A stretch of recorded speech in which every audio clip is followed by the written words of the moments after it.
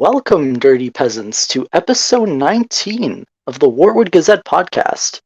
This week we'll be covering Amphibia Season 1, Episode 10, Toe Tax and Prison Break. I'm your host, Thumbaticon, and joining me today we have Pixels. Hey. Ben. Hey. And Nick. What's up, everybody? Alright, thanks guys for coming on. So, I'm pretty sure there's no Amphibia news this week. Same routine as usual. Nah. Yeah, we're starving right now. I mean, we got a healthy dose of news. Yeah, that's true. Mm-hmm. I'd say just get past August, right? And then we get to September. That's when we're gonna start getting things again. Like I think it's all about September. it's all about getting. It's all. I think at this point, it's just all about getting to September. Yeah. That's the goal. Alright. So while we grind through that hiatus, we're going to start off with Toe Tax.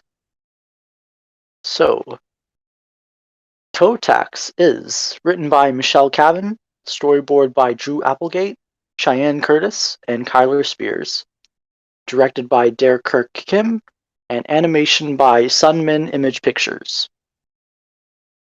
So the episode starts off with the planners at the store. Pretty sure it's the Grub and Go. Anne is still not. Of course, she's has that established bond with the planners as we've seen throughout the season, but she's yet to connect with the rest of the town, as we see her get made fun of by Mrs. Croker, Wally, and then whoever else was in the store, and they keep calling her Scarecrow, and is a little bit disappointed by that because she's been here for about a month now. We get a solid time frame, and then Hoppa reassures her that they'll come around. He brings up the town motto: slow to accept, slow to accept, even slower to respect. Just hanging right there on the town gates. So they're about to leave the store. We see a statue of Mayor Toadstool getting set up, and then we see a bunch of toads ride into town on a spider, and we find out from Sprig that these are the toads from Toad Tower who are tasked with patrolling Frog Valley. So the toads, Bog, Fens, and I don't know the other one. He doesn't have a name. They show up. Fens thinks Anne is some sort of random creature. She tries to attack Anne. Anne fights back with her racket, and Bog pretty much compliments Anne's fighting, which is unfortunately the compliment that Anne clings on to for this episode. So the planners prepare to go back home, but Anne wants to stay around and talk with these toad warriors. And Sprig gets a little jealous, but he still lets Anne do her thing while the planners head home. So Anne talks to Bog. Oh, Fall! Yeah, surprise visit right now. Alright, so Fall, I'm right now in the middle of just recapping Toe Tax. So Okay. Anne talks to Bog. Bog pretty much talks about how the job gets you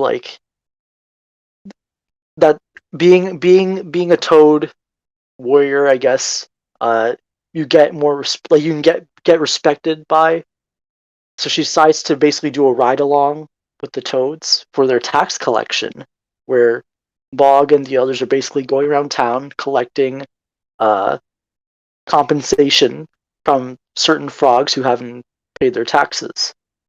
So Anne heads back to the planner home with their new getup, I guess. She's got the badge, the shoulder, the pauldron, and the sword. She talks about how Hop Hop is upset that Anne has decided to join a gang, but Anne insists on going along with the Toads because she wants to be respected in town.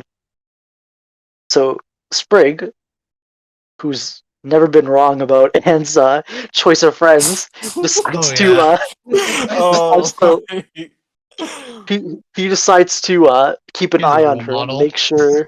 Yep, he decides to keep an eye on Anne to make sure that she's okay, and comedically decides to leave out the window because doors are too normy. Imagine being a normie. Bruh, Kind of cringe. for real. Yeah, I always leave home from the window and then 10 feet above the ground. But Oh, man. I fall 14 stories. I'm fine. Look at me. I'm walking. so I always Anne's with the land on my Toad. feet. Okay. So Anne's first stop with the Toads is Wally's house. I mean, we say it's a house, but when you look inside, it's definitely something. But so Wally's just casually taking a shower, and the Toads and Anne they bust through the door. Very, because that's what most collection agencies do. And then Wally insists that he paid his taxes, but Bog's not buying the lie, so they grab a bunch of stuff from his home, including the beetle jerky that Wally took from Anne earlier in episode 1. Not episode 1, earlier in this episode. So Wally is upset that he just got ransacked, but Anne decides to quickly hand off the beetle jerky to Wally before she leaves.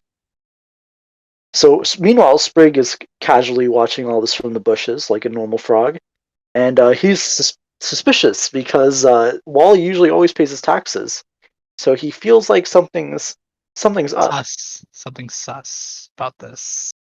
Okay, Pixels. Sorry. Someone was gonna say it eventually. Can't go a day without hearing that. God. So meanwhile, we cut to Toadstool basically like monologuing his plan with Toady falling behind him, and Sprig overhears him and decides to follow Toadstool instead of Anne, and just hopes that Anne doesn't get into too much trouble.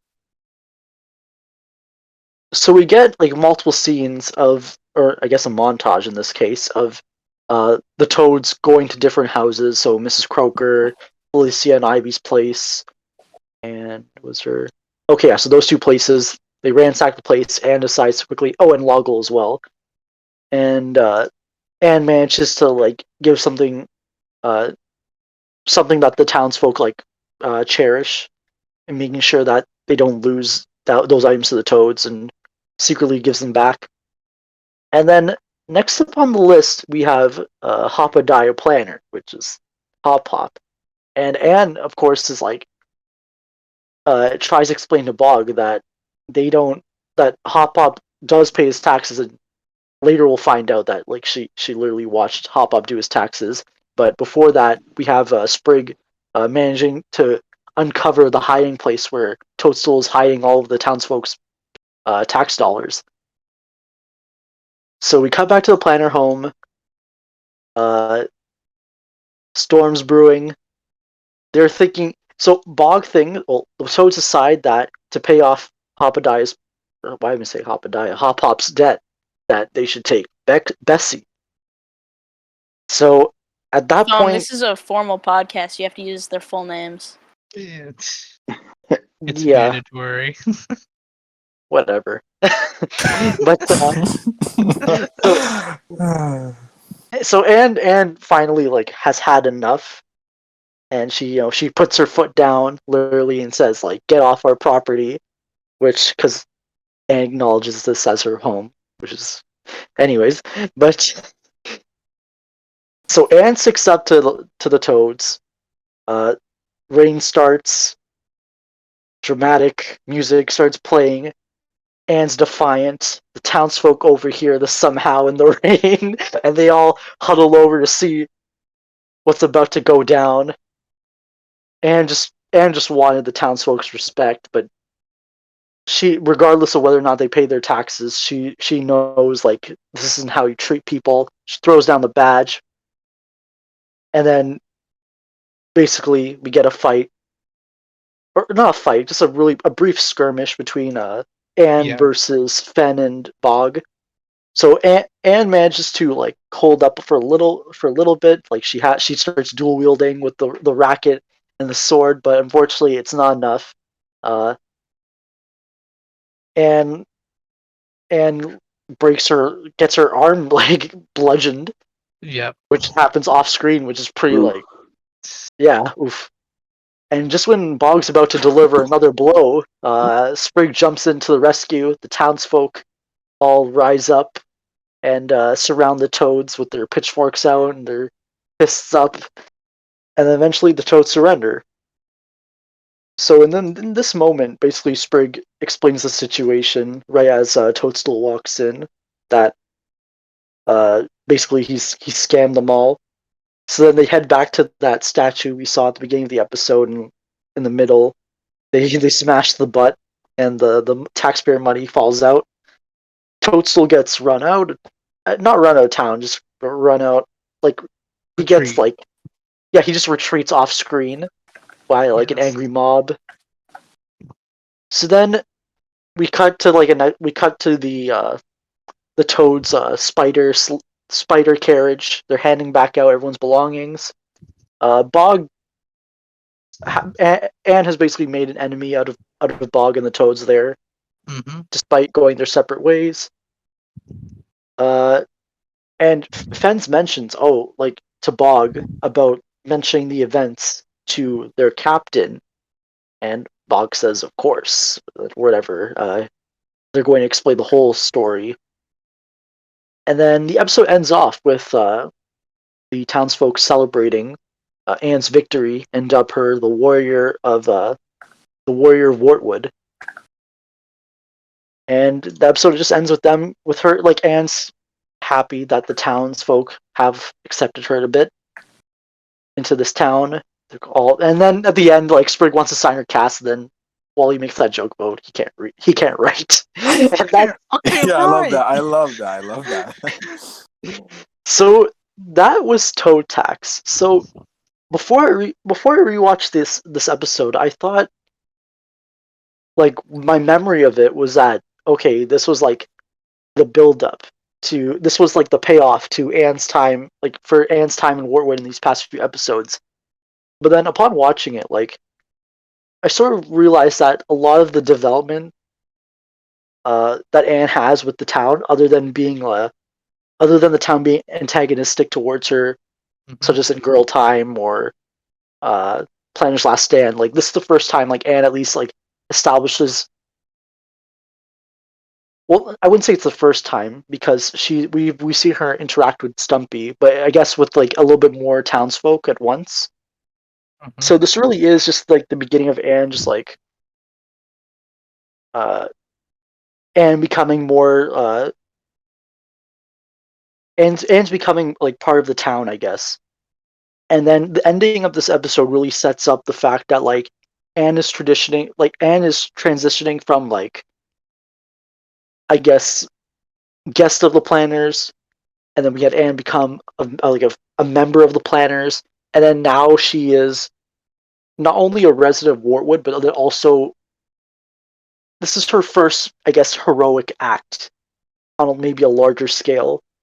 In this case, being the town, which is a interesting thing, because later on we see the Warrior of Wartwood title like get brought up a few episodes later. I think it was Snow Day, and I think something else, which is, it's a nice gradual growth for Anne as we eventually see her become, I guess, the Super Saiyan hero that she was always meant to be. So, Nick, I know you wrote a lot of notes on this episode. So, what were your thoughts on this segment? Well, honestly, I just have like I don't know. I had so much written down for this episode just because like so many things happened here. But I guess if there was just one specific thing I had to focus on for it was just, how much of a turning point this really was for Anne. Because, what we could tell from the beginning of the series is just that, like, Anne's core issues that she's so ready to drop her self-respect and values just to be accepted by, a group that she has liking for, a group that she knows will bring her things that she wants. But it's just here in this episode, I think that and she really just judges, what she generally wants for herself as a person. She commits to really just standing up for herself and others by just, resisting the toe tax collector. So I don't know, I have a lot more I want to say there, but I think if there's anything else that I feel like it's the most important part of the episode, it's just her standing up to them. Just realizing that this isn't the type of person she wants to be, and she'd rather much be this kind, confident, compassionate person. All right, thank you, Nick. Thoughts on this episode? Wait, what? You cut out? Oh, Ben, what were your thoughts on this episode? Oh, I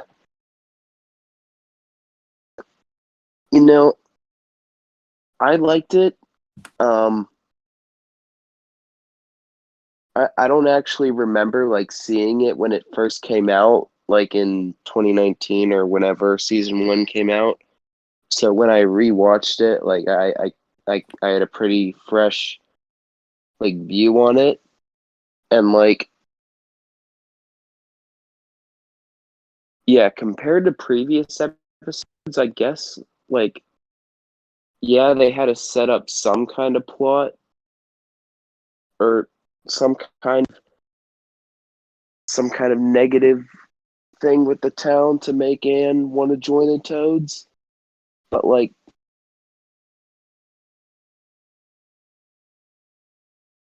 it's a little bit It's a little bit bit, contrived. yeah, but not entirely, because in the pizza episode, they were just all the townsfolk were really nice and just being like, okay, here's your ingredients and stuff.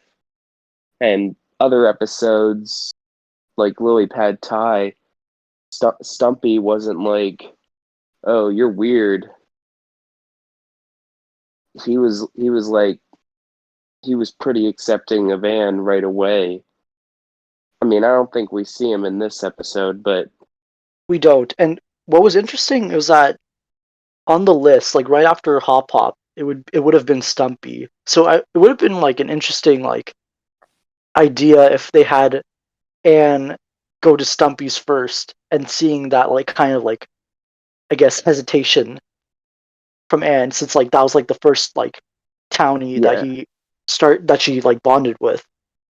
But I guess yeah, due to time, it makes sense to go to the planners, who are basically your family at this point. yeah, and and when they got to the planners, and she was like, "Believe me, he made me watch," and then it cuts to Hop Hop going over all the deductible, and he's like, "That's right, and you're a deductible too." Wow, we're all He's deductible. he's just looking for all the little loopholes to pay as little taxes as most people in real life as well. So Hop Hop basically adopted Anne for the tax credit. Basically. Anne is a tax write-off. And then yeah, the fight was cool.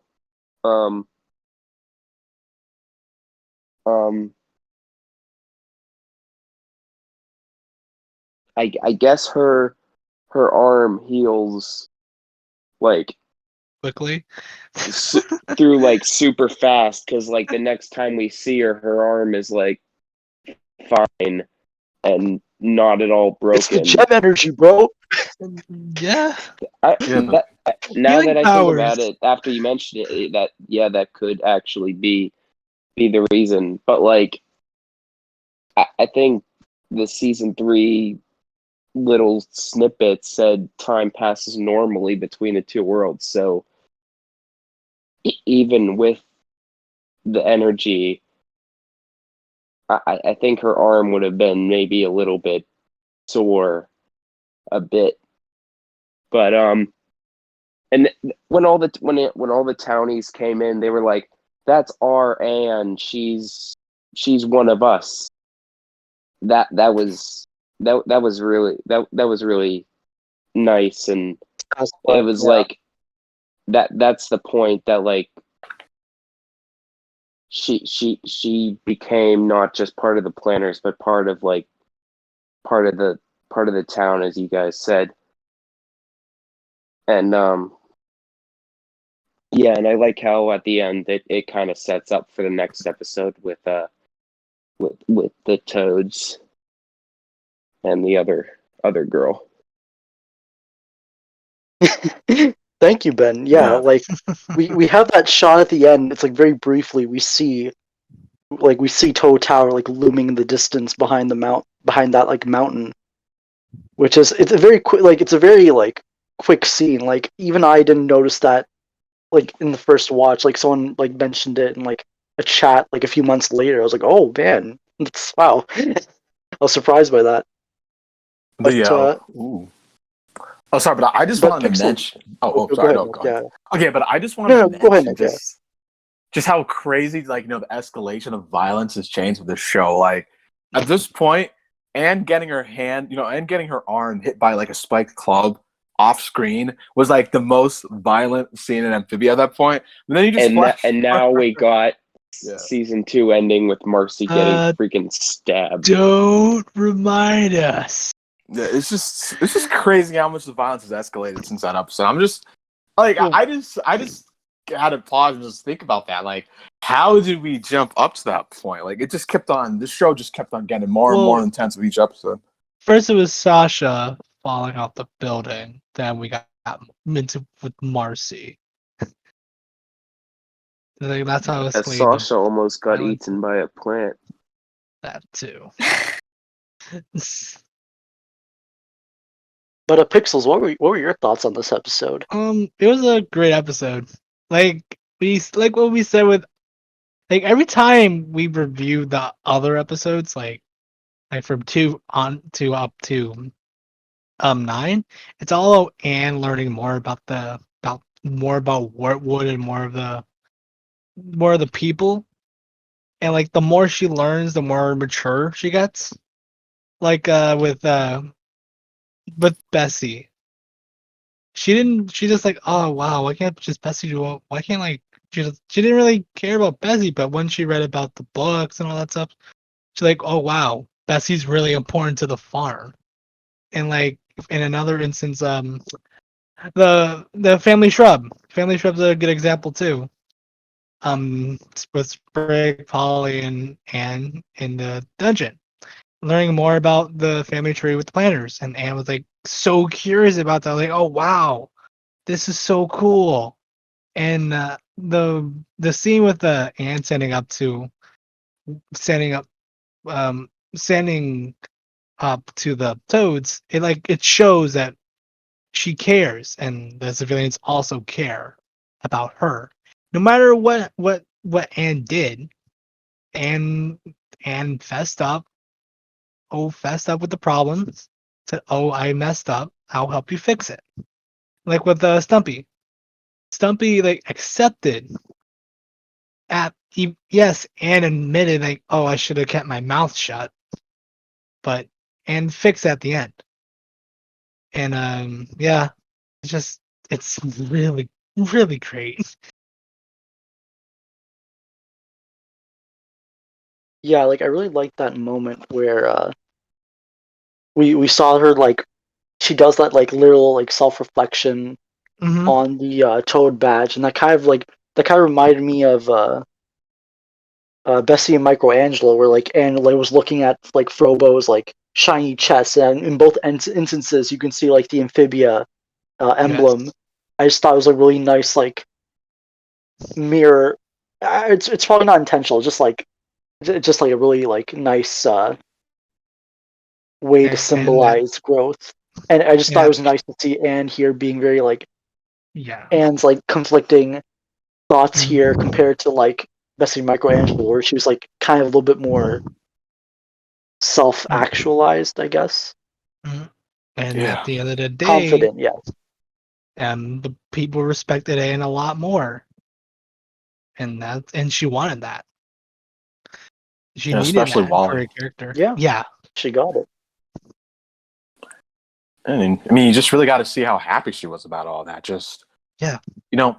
Because she really pushed herself to really try and be this better person. Look what that got her. It got her the town's respect, and just having both of those two things, like, yeah, I really just can't help but feel happy for her. Paul, what were your thoughts on the segment? I thought it was, aside from Prison Break, I thought it was the best one. So far, Yeah, it was just really good, and I liked how we got more insight onto how politics work and stuff like that, and the difference between how different species are treated. That was pretty cool. It was just really good, and I feel like it had a lot of character development with Anne that was really necessary. Because, I mean, we had a lot, already, but I feel like it was really necessary for her to have, more respect with the town, and it was really good to show that the show is actually going somewhere, and it wasn't just gonna be, that for forever, basically, Yeah, it wasn't Yeah. just about daily frog life. Right. Yeah. Yeah, and it's nice to have like Sprig early on the episode, just like give like a brief summary of like what the toads are and what they do in Frog Valley, just so that The audience in the gets next it. segment, like we don't need to like retread that. We don't need to Yeah. retread that moment. Yeah. And, yeah. Try to let's see, like so. And it was a good introduction before we get, before we got the Sasha episode too. Yeah, like we get a Definitely. general idea of like how the toads operate. Yep. So I'm just looking at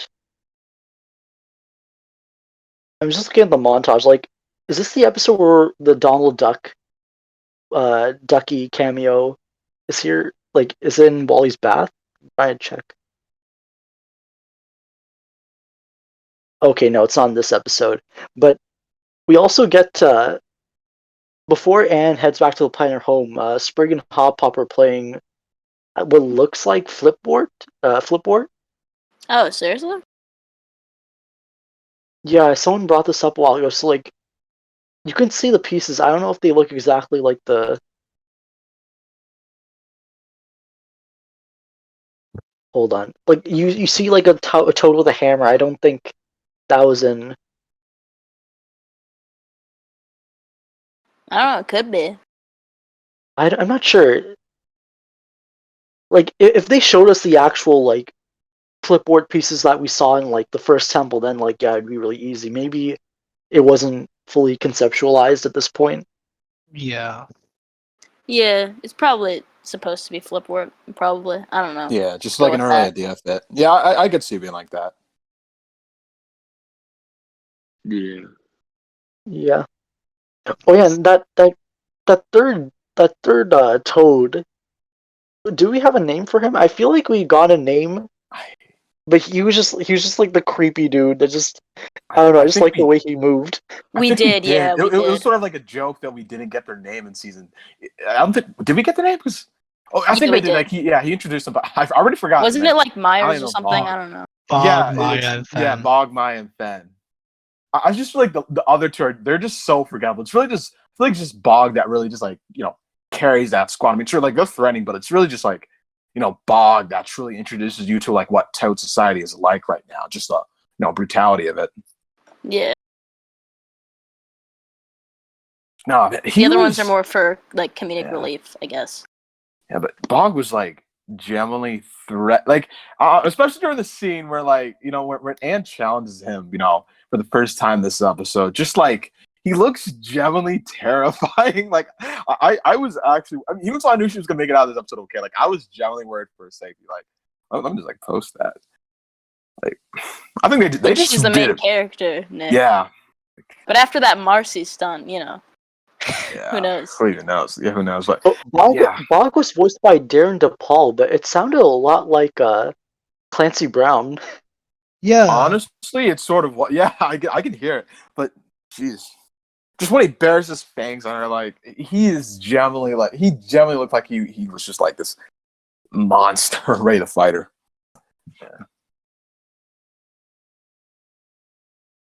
Yeah, Clancy Brown. Like, I really can hear Clancy Brown in his voice, but like, who Yeah, did you say like he was I- voiced by? Like, He's voiced by Darren DePaul. oh. Yeah, I don't know if I really heard that name before. Like if you told me Clancy Brown like voiced this character, like I wouldn't be like surprised or anything. Like it sounds like his like gravitas. But Yeah, it's definitely there.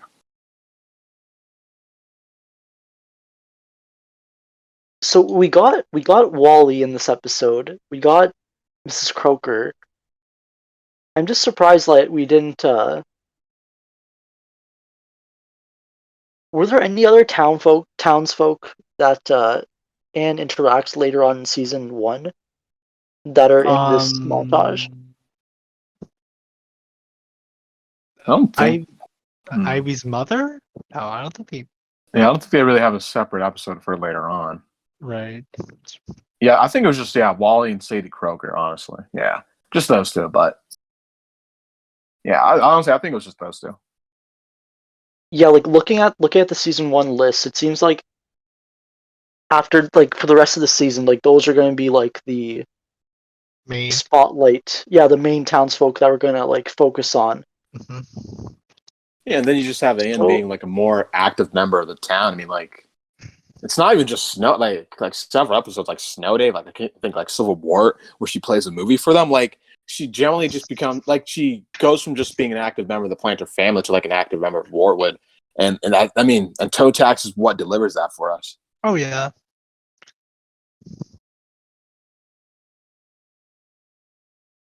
I guess so. I think we've. Oh, I like that moment where Meyer and Fens they go to grab Bessie, then like Ollie says something like she's gonna bite their face off. Yeah, Polly never backs down. That was just funny to see here. Yeah, Yeah, like they're facing up against like they're squaring up against a bunch of toads, and Polly's not backing out. yeah, she's just ready for it. She's just ready to fight them. I don't know. I think something I really liked about this episode was that it was supposed to be like, one of the important episodes, like sort of like True Colors, reunion. Yeah, I guess those are the most exciting ones. But like what I saw here, this episode was like, I mean, we not only skipped the intro, but this episode was also like I think over 13 minutes long. Like we got an extra 2 minutes. Like we got an extra 2 minutes compared to normal episodes. And like, gosh, I just have to think, like, just imagine if we got these episodes released weekly. I really feel like Toe Tax would have been one of those episodes just like advertised to hell. Just so many advertisements, just how special or amazing this episode was going to be. Like, it's like, especially when Matt on Twitter, this was, I could totally see them just asking Disney for an extra 2 minutes on this episode to really sell it. And they did. Yeah, I'm surprised. Like, I didn't realize it was like 13 minutes long. That's like probably the longest half-hour segment they've done, and not half-hour. Sorry, the longest like segment they've done, other than like their 22-minute specials, and like that would technically so it pretty much takes up the whole intro time as well as an extra minute. So, yeah, huh. And then technically Prison Break is like maybe 1 minute shorter than the average episode. I think so. Wow. Huh. I mean, it didn't feel like that, honestly. That episode had like a lot to it, too. Oh. Yeah, I'm just surprised for like a 13-minute episode, like segment, like they still managed to keep everything like well paced. Like It felt like a 'cause normal episode. Even yeah, it felt like a with normal like added- 11-minute episode. Yeah. And there's not really the only like I guess you could call B plot would have been Sprig like uncovering like what actually was going on with the taxes. Mm. But that at least like eventually like that those stories intersect, of course, which is good. Yeah. I think so. I think we've covered most of toe tax. Like, are there? Is it alright if I proceed to the next one? I would love that. Absolutely. You're- I'm just good trying to to think. go. I'm just trying to think. Is there like anything else I want to bring up about this episode? We kind of said everything we needed. Nick, consult the notes. But I guess We I guess I just sort of like the receipts. duality that's set up between like there's always been this sort of duality set up between like Anne and Sasha ever since the beginning of the series, and like I think Toe Tax is the first episode that sort of gives us that, right? Because we get like Toe Tax and Prison Break, and then later on we get like the first Temple and Barrow's Warhammer.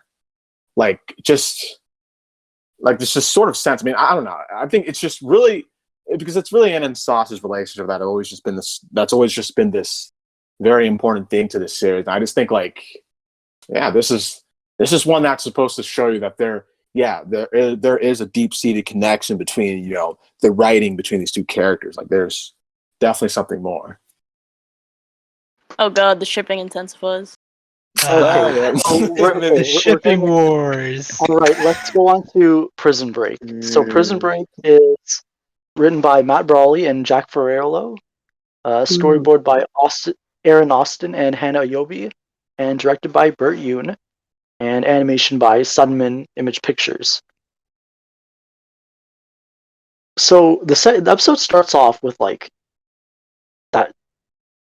that message far, far away from Wartwood in like bright red, which really like this is the first time we see this kind of this message at the start of an episode, which really sets the mood.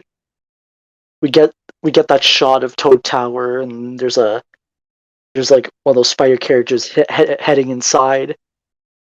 We basically get to see the life of these strongest Toad warriors in Frog Valley, and as we can see, they're not really the organized militia we were expecting them to be. They're pretty much having some sort of like party, I guess.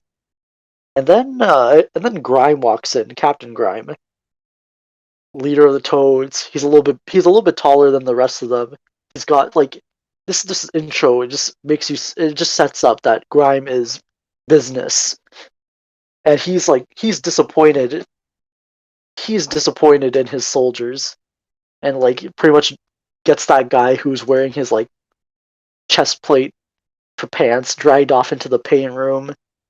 He's so How? Just how? I don't know how, but bathroom breaks are easier. But anyways,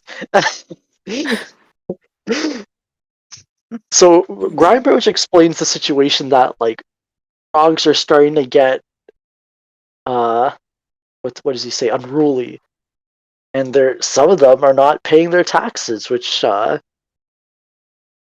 we saw a previous episode, and he's pretty much looking for the strongest Toad warriors to like actually do something about it. And then we cut to Sasha in her jail cell. So we see Percy show off his routine, and Sasha like compliments him on it, and then Percy decides to quit. And then we realize that after talking with Sasha, basically like all of her guards have been quitting their job because Sasha's persuasive like that. Not like other girls. Okay. so then Huh. so then Grime like when Percy's about to quit and wants to like tell off Grime, like Grime happens to be there, and then I guess Grime does the same routine that he usually does with Sasha about like asking like where she came from or whatnot. And Sasha points out that like Grime's not the most popular person at the tower. And then Grime is getting annoyed by Sasha, and then Braddock walks in to like inform Grime of some birds that are outside Toad Tower. And it's not just any bird; it's these giant herons that love to feed on flesh. So Grime is like trying to get everyone to quiet down because he understands the threat they pose to the tower, and then you just see Percy just like walk out playing his playing his music. So Percy tries ignoring them, and then like the herons start to attack. They start laying waste to Toad Tower. We even see like one guy get eaten. Then Grime is fighting off the hare, and then he notices that Sasha can fight. So he frees Sasha, then eventually she comes back to actually help him. Then they make a quick deal where Sasha helps him out, and then if they survive this, then Grime will let Sasha go. So they grab all the remaining Toad soldiers, they head into the basement. Morale is low. Grime is yelling at all of them, and then Sasha comes in and decides to become his advisor and like tell him how he should coordinate his troops. She starts giving the Toads compliments, insisting that they're from Grime instead of her, and they all start to get a little bit more they all start to like feel better about themselves. And then like the final test, I guess, in this scene is for Grime to compliment Percy, which after a little bit of struggling, he eventually compliments Percy's tenacity, I guess.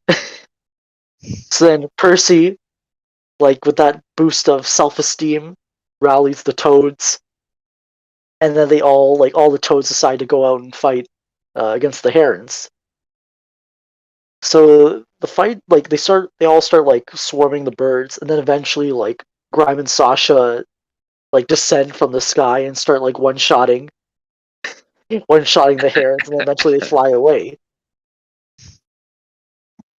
So the herons fly away. The towers are like a wreck, but it's still standing, I guess. So that's a victory for them.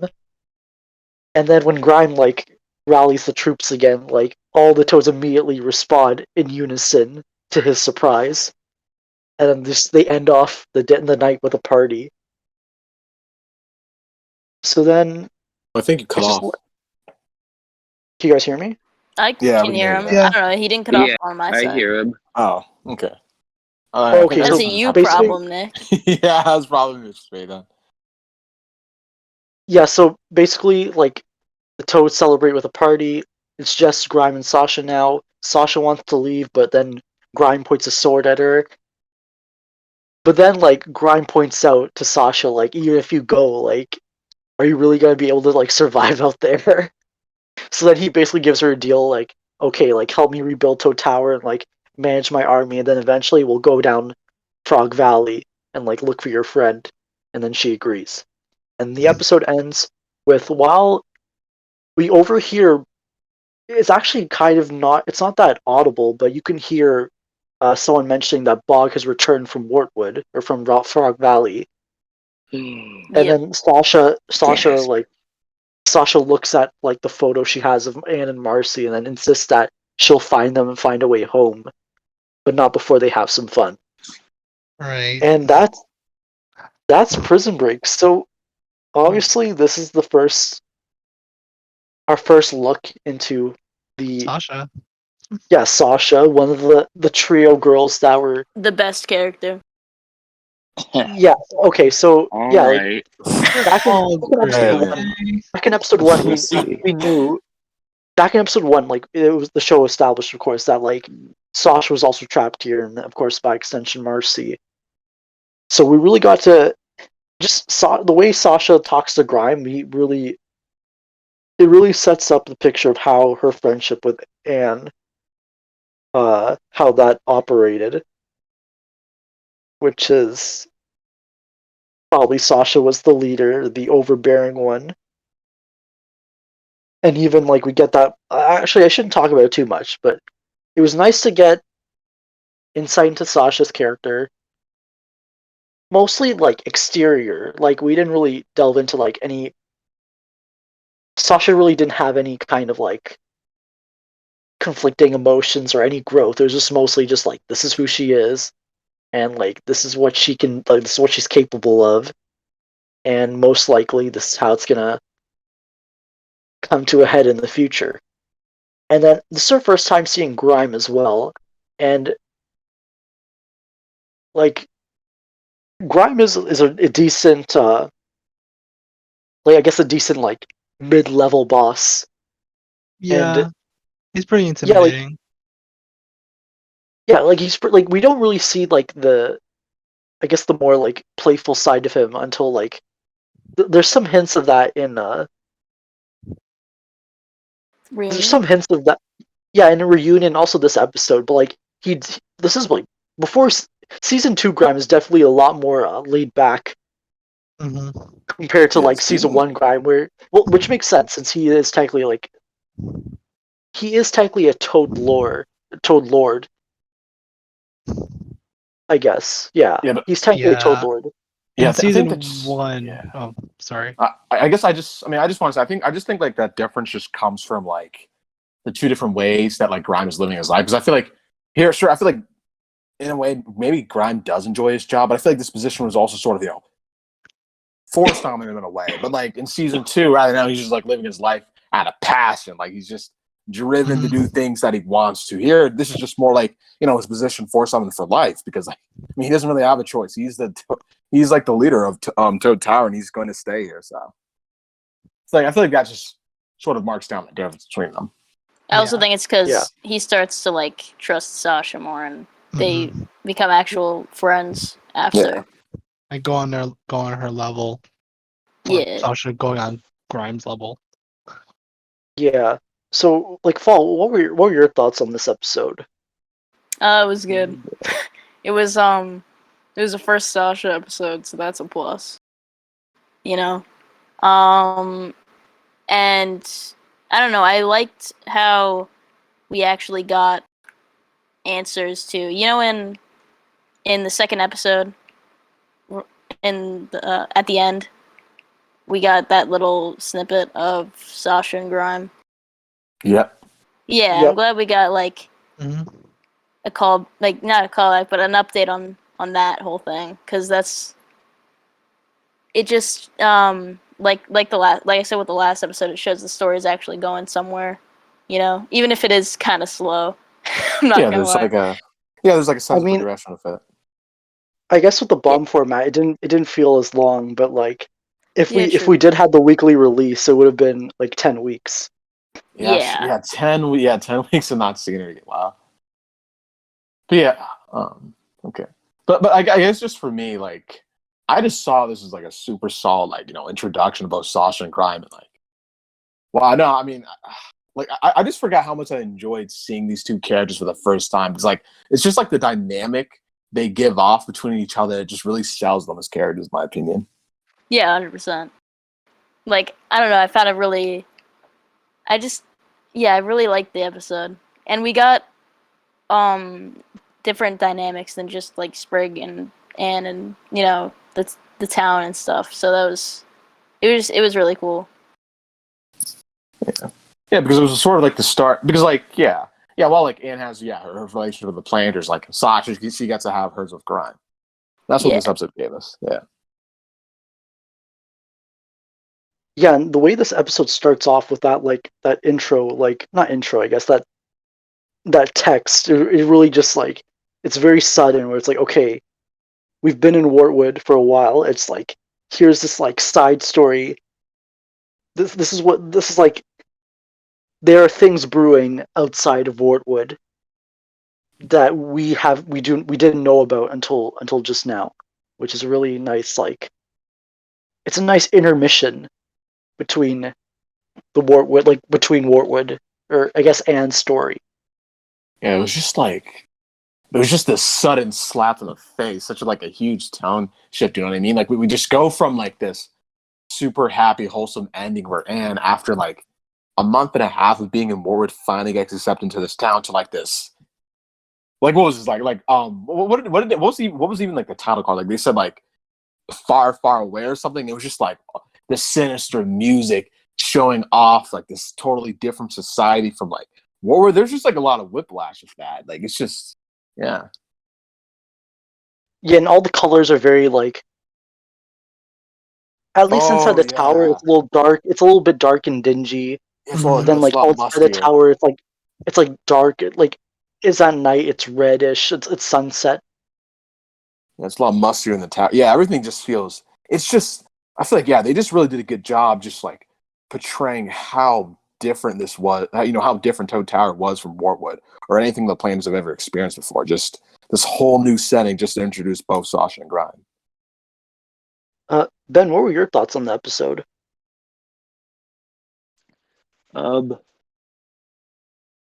Yeah, I liked it. Considering the most we saw of Sasha was like the second episode with just like the couple seconds of her sitting in the cell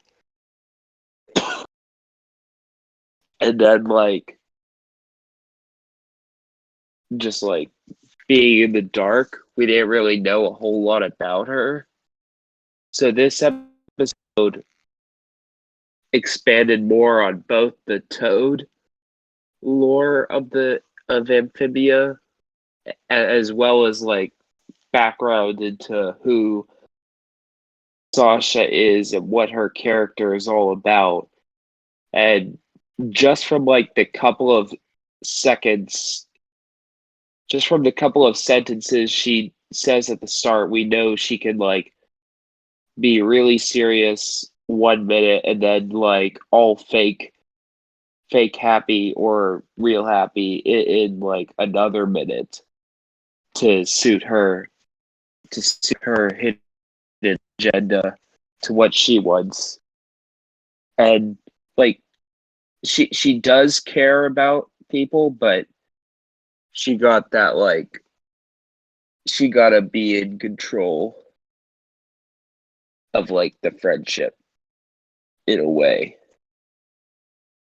Yeah, like Yeah. when season 2, like when season 1 started, it's like, and we just saw her inside the cell. Like we thought, like, oh man, she's like a prisoner, she's trapped, whatever. Like what's going on? And then like this episode shows like even though she's like in the cage and like the food sucks, like she's pretty much in control of Yeah, her she's not surroundings. letting herself be a prisoner, even if she is in a cage. She's not showing any weakness.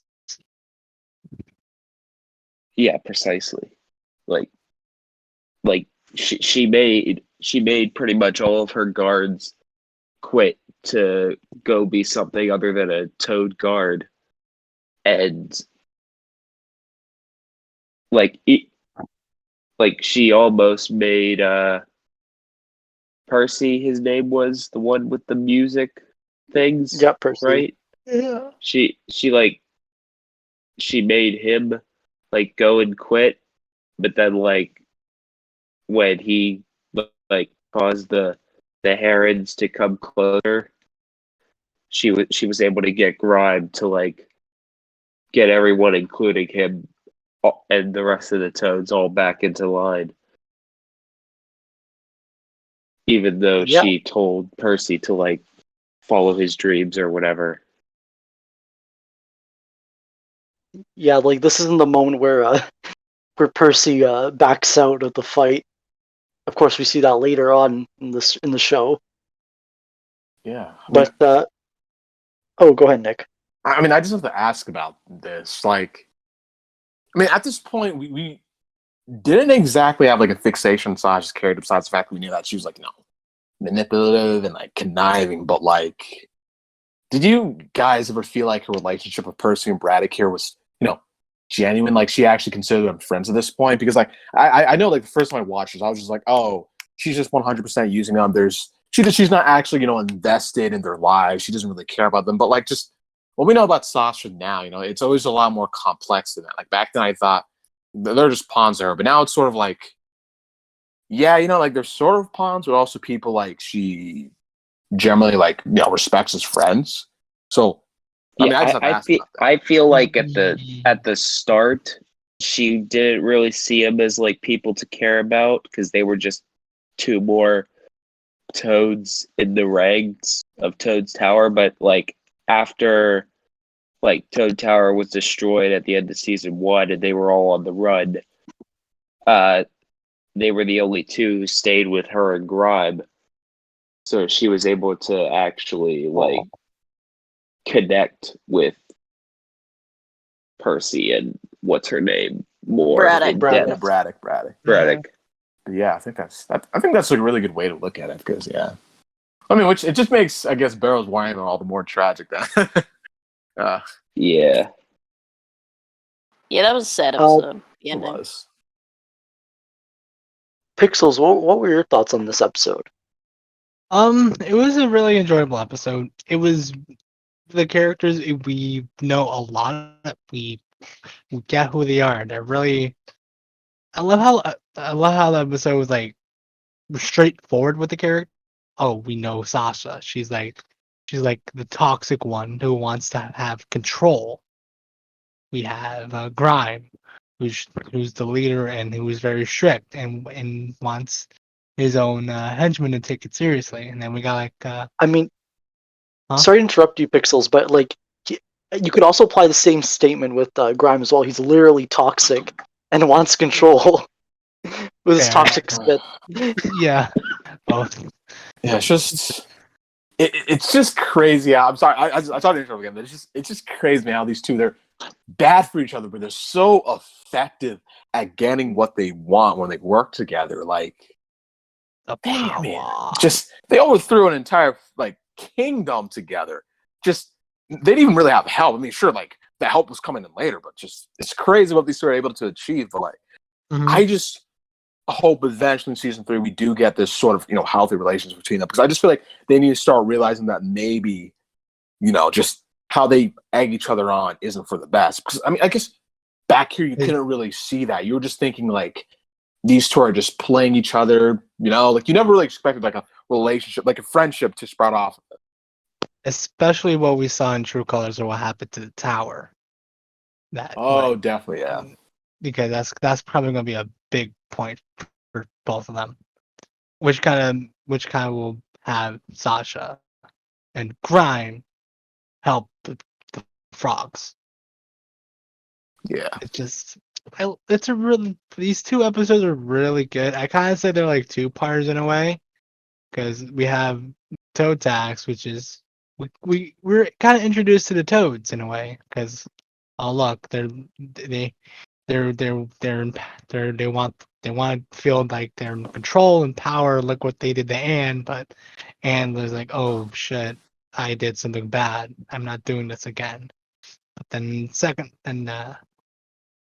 Prison Break, we see full glance at what the toads are and what they're capable of, which I really like. Yeah, I think that's a really good way to look at it because it's just that. I mean, sort of what I was trying to get at before. It's just that duality between like.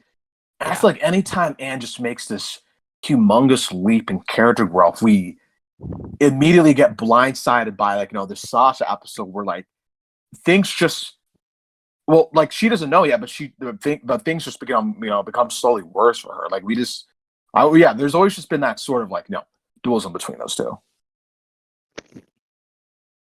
I'm trying to look for the episode that happened before Toadcatcher. It was Coral's Pass. Okay, so that wasn't an Anne episode, but I guess in both like in Toad Tax and Prison Break, like we saw Anne is like becoming more like heroic, while like Sasha's getting more power and becoming like more of a position of authority, and like of course like they're basically like on opposing sides of this conflict.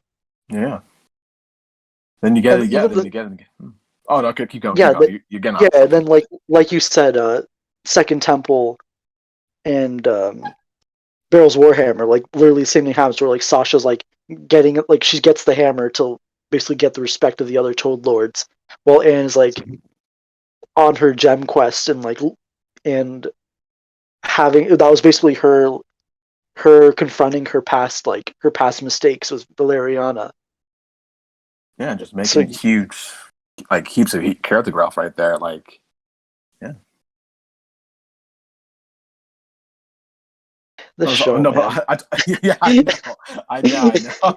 I just love that the show does this. Like, just so good. Plus, this was just such a great character introduction. Like, I can't like praise Amphibia more like for this. It's just they do such a solid job of introducing new characters to the show because I mean, They do it's everything really what right. Matt said, right? Like, like he wants people to love these characters right from the start. And I think like even as controversial as Sasha may be, I still think it's like I still think everyone can find it like a very interesting characters, to look at, to analyze, just to think about. Because even if you may not like her as a person, I still feel like everyone can just come together and just Most start of the talking server about her. doesn't like her.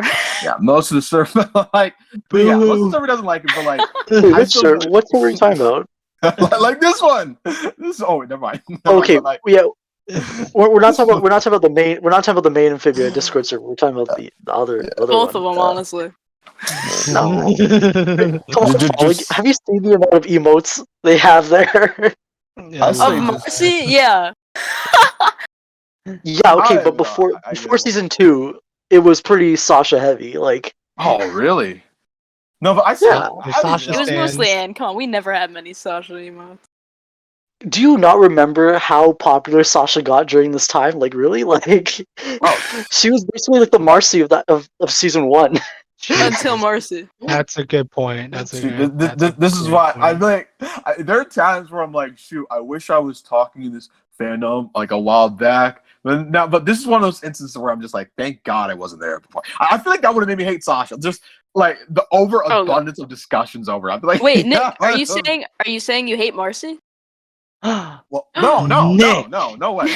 Look at you. No. Let's calm down. No, This I whole love Marcy. server's gonna have No. you. We'll get to Marcy at Shame, the Nick. gates. When we get to Marcy at the gates, we'll see the praise. Don't worry. All but- right. Because speaking of strong character introductions, I mean, come on, Marcy at the gates is probably like my favorite way they ever introduce a character. But we'll get there later. Cringe. We'll get there. Don't worry. But yeah, shoot. Let me just get us back in track. Yeah, it's just. Yeah, let me Okay. just see. 'Cause I have a ton of Alright, notes for it's- these. I have a ton of notes for this episode. Let me just. Just, you got For sad Marcy at the that's back. Gates? Or Oh for no, Prison Break? no! For this Okay, prison break. so- Prison break. Oh, okay. Getting back to Prison Break, like, just that face that Percy makes, and we get that like shot of like Grimes' reaction to realizing he has to compliment Percy is just like the most precious thing ever. Like, yeah. Grimes, like Grimes, like, why am I doing this? Yeah, he's dying inside. He's dying inside over this. Like, he hates Percy. Do you think that ever changed for him? Like, do you think he ever gained respect for him? Because even I don't think he ever liked him. Even by Toadcatcher, I don't think Grime ever liked Percy. Nah, Toadcatcher, he was pretty chill with Percy. Like, he wanted to watch Suspicion Island with them. Yeah. Charles Warhammer, like, he didn't really seem like he cared much about them Yeah. leaving. Sasha was He the was one who just- was upset about it. Yeah, he's just so fixated on his goal of just achieving it. Like, so I guess that's. I feel like if Sasha's like the more manipulative one and conniving one of that group, it's really just Grime is always just more. Like, I feel like even more than Sasha, he focuses more on like the ends. What was it? Like the ends justify the means. Justify Like, the mean. yeah, he's always just been focused on what the group's trying to achieve that he just ignores like basically like how everyone else is doing. Yeah, totally. We still don't know why Grimes' eye glows green. Is that Yeah. just like is that like just like a toad species thing? Or- Maybe I it's think it's a A battle genetic scar. thing? Because doesn't his sister's eye glow too? Yeah. Doesn't it? I don't I don't know. I forgot. Wait, I don't think it does. Hold on. It doesn't. Beatrix? Let me look up the Yeah. wiki. I don't know if it does it? I can't know she remember. has I another just- glass eye like yeah. he does. Yeah, wait, didn't we find out that the green one was like the bad one? No, I the can't green one remember. is the one he sees out of. The other one is a Okay, glass okay. eye, so it doesn't work. Okay. It's weird though. But I mean, he has a scar like all the way over, so I could totally just see him because he was like a gladiator before he became like the leader of Toad Tower. So I could just see him probably losing it in combat or something. Honestly, Hmm. Yeah, so it looks like Beatrix has like a normal eye. Along with her, like, Yeah, but why is it run in the family that both of them have lost an eye with a big scar across it? Like, Maybe they were both In battle. gladiators. I don't know. Yeah. There's I think that's just the background they all have, I guess. Yeah. Yeah, forced to fight. Yeah. Yeah, he actually does have a pupil thing. You just look over the grind. Yeah, geez, grind. Where are your pupils at? Man. But yeah, I feel like okay, just something I noticed. Just something I noticed myself here. But what I noticed is like anytime Graham and Sasha get an episode together, it always ends with Sasha, sort of like lamenting on like the current state of her friend groups, while Grime just charges off, announcing like the next phase of her plan. I just think like I feel like I'm talking about like Prison Break, Toadcatcher, Toadcatcher, Bear's Warhammer, and the Third Temple. It happens every single time right at the end. Like he's always onto another plan while Sasha's just thinking about the current state of Frank. But I think like maybe that happened once or twice, that'd be a coincidence, but like it's happened 4 times at this point. I think they're really just trying to tell us something about the dynamic. Like if there's anything as clear as that, I think that's what they're going for. yeah, that's a really good observation there, Nick. Like, yeah. Because I just feel like if I had to make like any big points about it, just maybe, yeah, I mean, I don't know, shoot, like Grime just drags her deeper and deeper and deeper into this mess that just, I'm not gonna say it's all Grime's fault, but it's just like, it's just sort of like the duo these two have. Like they just, like, I don't know, like they just get, I don't know, I guess things just become more worse and worse for them. Sasha, she's constantly thinking, what will this mean for my friends in the future, I guess. Yeah, Grime really does a good job at enabling her. Mm-hmm. Yeah, like the only analogy I can come up with is that basically like Grime is the engine and then like Sasha's like the fuel. Like she'll keep like Sasha's the one who really like propels Grime on this journey, but then like Grime is always there to like pull Sasha along when she has like second thought. Yeah, he's the one. Like, he's. Is there? Yeah, I mean, there's never. I mean, the only time he ever, I guess, doubts whether or not they can complete something is just like, I don't know, because, yeah, he does have his doubts whether they can actually, get something done. But like, in the end, he's always just ready for the next thing, no matter what happens. Like, as long as he makes it through, he's just going to keep this going. Like, it does not matter what happens. That is just the worst thing for Sasha, where it's not going to give her a chance to really reconsider the consequences of like, her actions. If Grime's going to be the one constantly pulling her into like the next big thing they're planning. Yeah.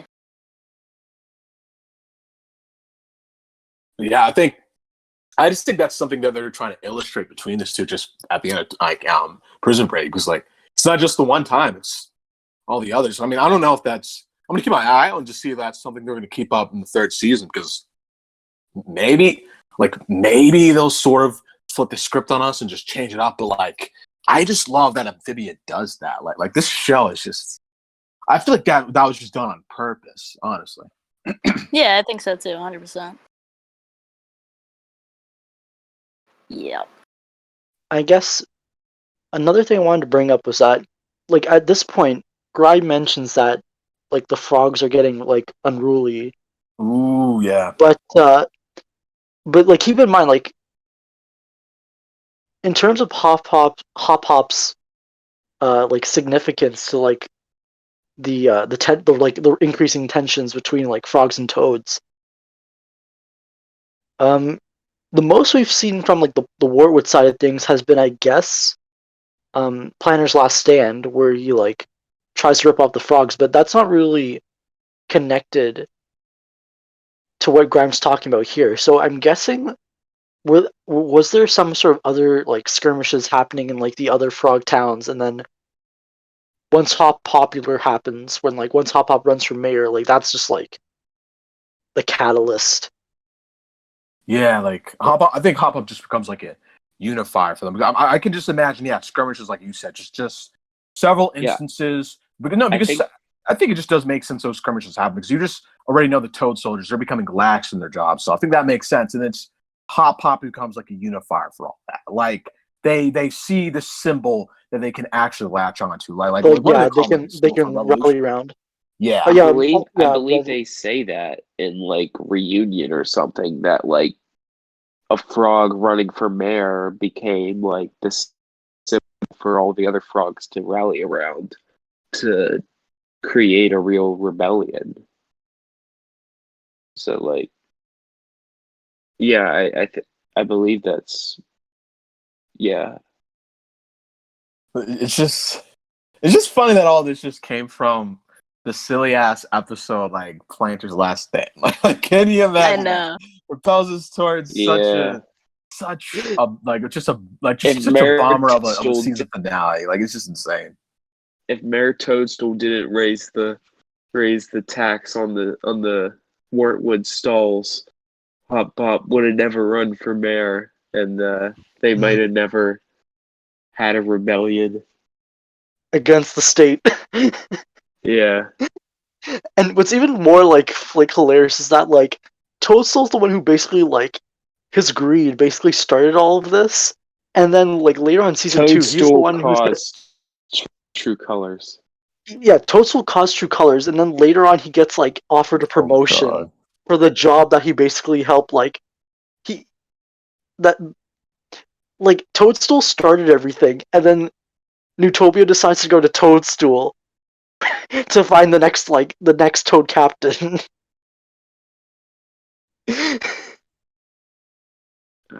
I know.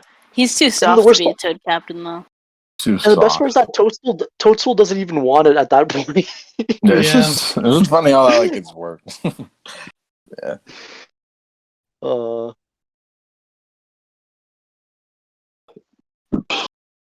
I think I don't want to bring this up, but like those herons, man, like seeing them terrifying. again Yeah. They're terrifying. Yeah. It's after just, the rain. Yeah. Oh my God. Exactly. I was about to this bring that is up, too. what.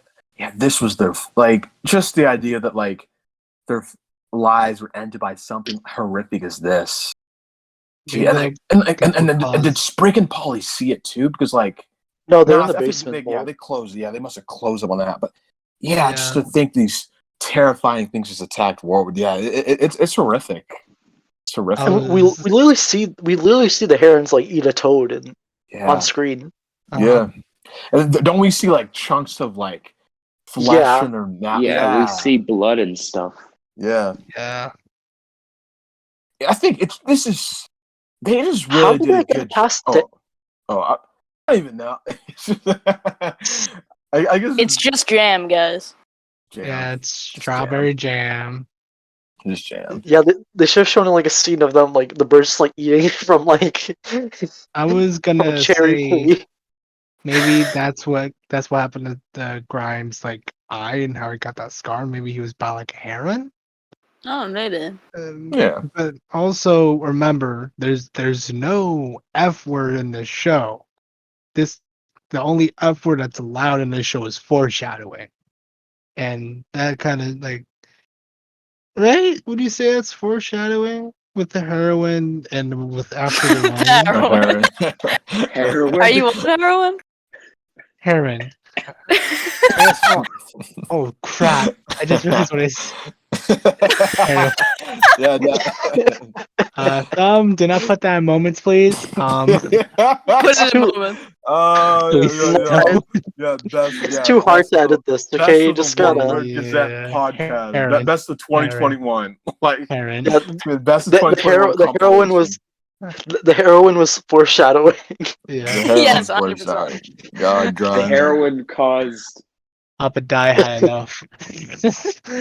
Yeah. Heron with the foreshadowing. Do you remember what was it? Like, what was the Mayor Toadstool episode in season 2? What was it called again? I forget. Toad Redemption. Right, that. Remember when everyone found out that it was a Toadstool episode and everybody was so so disappointed? Yeah. I remember that. Ugh. Like it's just funny how everyone just like. I think it's just funny how we'll all be complaining, but then as soon as the episode starts, we're all just like, we're ready. We're ready for the frog show. Just because it's rarely ever disappointed us before. And like I think, Honestly, the I think- I Toadstool think, episode was one of my favorites of the season. yeah, I know it was. I really liked it. I just love just everything they did with it because just. I mean, we already reviewed it before, but I guess I'm just gonna keep what I have to say. Like, it's just, I just love how fresh the dynamic between Anne and Toadstool was. Just the fact that they can actually come together and work together as a team, especially with how they started as people. Like, it's just nice. Yeah. I mean, yeah, like it just relating it back to this episode, like I'm surprised how much the town was willing to put up with Toadstool, but then I guess it makes sense since later on like Toadstool gets like an actual uh Toadstool gets like challenged for mayor, but like here we had I think this is the second time where the town just basically runs Toadstool off screen, and then like he's just back there. How did he pardon himself? I'm How did he get away yeah, with this he time? said like I pardoned myself, I'm pardoning myself then- all. and then he runs off. I guess it's maybe we can just say it sort of makes sense because like I guess they do want like I don't know. I'm gonna say like don't they want a scumbag running Wartwood, right? So I guess like they sort of like, oh wow, look at this guy. He tried to steal so much money from this town and he ended up pardoning himself with this crime. So like maybe that's something they want. I guess. Oh yeah, doesn't like the Utopian representative like she literally says like that's what they want, and then like the moment like Toadstool did something good, she gives the like position to Bog. Yeah. Yeah, I can't wait. I really do hope that's like a plot line that they end up solving for season 3. It's just like, let's sauce and grime in. I think that could just be a nice way to show that they're not the same people they were back in Toe Tax. Or, sorry, not Toe Tax, Prison Break. I mean, Yeah. now that like assuming Sasha and Grime end up in Wartwood, it'd be nice to get that like I mean, probably will from the season 2 intro. yeah, like now that Sasha and Grime are in town, like we get a similar kind of like toe tax situation where like Bog pulls up the whole like Toad army just to pay taxes or whatever. Maybe they align themselves with Andrews's, I don't want to say government. It's more like a tyrannical rule. Yeah, nice. I can't wait to yeah. I can't wait. I just can't wait to see what it's going to be like in season 3. But like maybe we can sort of get like It's almost I don't know. there. Surprisingly, it's gonna be in October. Yeah, it's just about getting through August, and I feel like September we're just going to be getting like some good news about the show. Wait, no, not September. October, yeah. Oh yeah, October. Yeah. Wait, did I say October the first time? I don't know. No. You said October. I was just saying. Like, I think September is where we're going to get like good info on season 3. Probably. Sorry, I thought I said Oh September. no, you're fine. But remember when do you remember when we got the news that it was gonna be in October and no one believed it, and whenever someone would bring it up, like they get like shit on in the main server. Do you remember that? Yeah, I remember. Yeah. I feel I so remember sad that. now because I used to do that too. Yeah, I know. Like, I feel bad too. Yeah. Oops, my bad. I think it's a good time to I think we've covered everything from the episodes. I think Yeah, we gotta get off for Owl House, or at least I do, in like a half hour. So Dang, I thought we'd have like more to say. Okay. Let's see.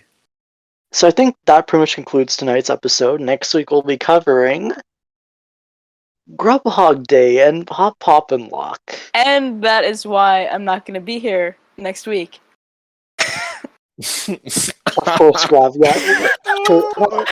Did anyone even sign up? I'll see. I'll see if I can be on for next. I'll see if I can be on. Pixels I'll and Uzbek see. signed up. But if I'm not better next week, then I can't do it. All right. All right, I hope you That's get better fine. soon. Yeah. you guys can just listen to me like Just like the less tearing people, apart. the less people there are to hold like to ground me from reality, the better, I guess. I It don't literally, know. Thumb's just gonna be asking himself questions at this point. Like, He'll just be like, Thumb, how did you like when Anne did this? And he'll be like, well, Thumb, I I mean- certainly thought Anne was very I mean, what did she even articulate. do in Grubhub Day? Seriously. Sprig and Anne do something dumb and Hop Up gets mad at them, but like, okay, I'm getting ahead of myself. Good night, everyone. Not good night. Good day, everyone. It's Say night for goodbye. me. Bye. See ya. Yeah, it's night. Yeah, night for me. Are we See you saying guys goodbye? next Nick week. and I Yeah, have the Yep, we're best saying time. goodbye. Nice for me too. Yeah, this was a good night. This was a good night for the podcast. It was a good night for the podcast. Right. All right. See you guys next week.